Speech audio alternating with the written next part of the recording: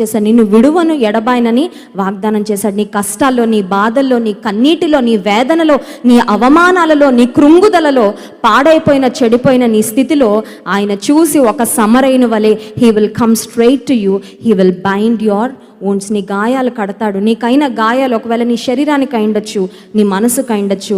What ever your wounds might be, they may be physical wounds, they may be relationship wounds, they may be emotional wounds. నీ గాయాలు ఆయన మాన్పాలని ఈ రాత్రికాల సమయంలో కోరుకుంటున్నాడు. యేసు ప్రభు హాస్పిటల్కి వెళ్దామా? ఎక్కడికి వెళ్ళాలి? ఇజ్రాయెల్ వెళ్ళాలా? ఫ్లైట్ టికెట్ బుక్ చేసుకోవాలా? మాకు బెడ్స్ దొరుకుతాయా అండి?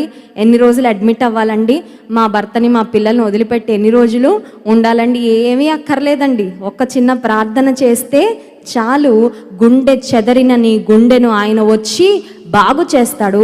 నీకు అయిన గాయాలు ఆయన మాన్పుతాడు. మరి ఎందుకు మానడం లేదు మా గాయాలు? కొన్నిసార్లు చూడండి, ఎవరైనా మనకి గాయం చేసినప్పుడు కొంతమంది గాయం సంవత్సరం ఉంటుంది. ఎలాగంటే డయాబెటీస్ వాళ్ళకి ఏదైనా గాయం అయిందనుకోండి త్వరగా మాందంట. బాడీలో ఉన్న షుగర్ ఆ డయాబెటీస్ తగ్గనీయకుండా చేస్తుంది. కొన్నిసార్లు మనకైన గాయాలు ఎందుకు మాండడం లేదంటే డాక్టర్ దగ్గరికి వెళ్ళట్లేదు, మనం పరమ వైద్యుని దగ్గరికి వెళ్ళట్లా. నా గాయం నేనే మాన్పుకుందామని చూస్తున్నాం. అందుకని ఆ గాయం ఎప్పుడు ఫ్రెష్గానే ఉంటుంది. క్షమించలేని స్థితిలో ఎందుకుంటున్నాం? నిన్ను ఒక మాట అన్నందుకు ఎందుకు నువ్వు సంవత్సరాల తరబడి వాళ్ళ మీద కోపం పెట్టుకుంటున్నావు, వారిని ద్వేషిస్తున్నావు, వారిని చూసినప్పుడల్లా నీ ముఖం ఎందుకు మాడిపోతుంది? నీవెందుకు సంతోషంగా పలకరించలేకపోతున్నావు? నీవెందుకు వారిని తిరిగి ప్రేమించలేకపోతున్నావు? అంటే నీ గాయం మాన్పగలిగిన దేవుని వద్దకు నువ్వు నిజంగా వెళ్ళి నీ గాయాలు మాన్పుకోలా.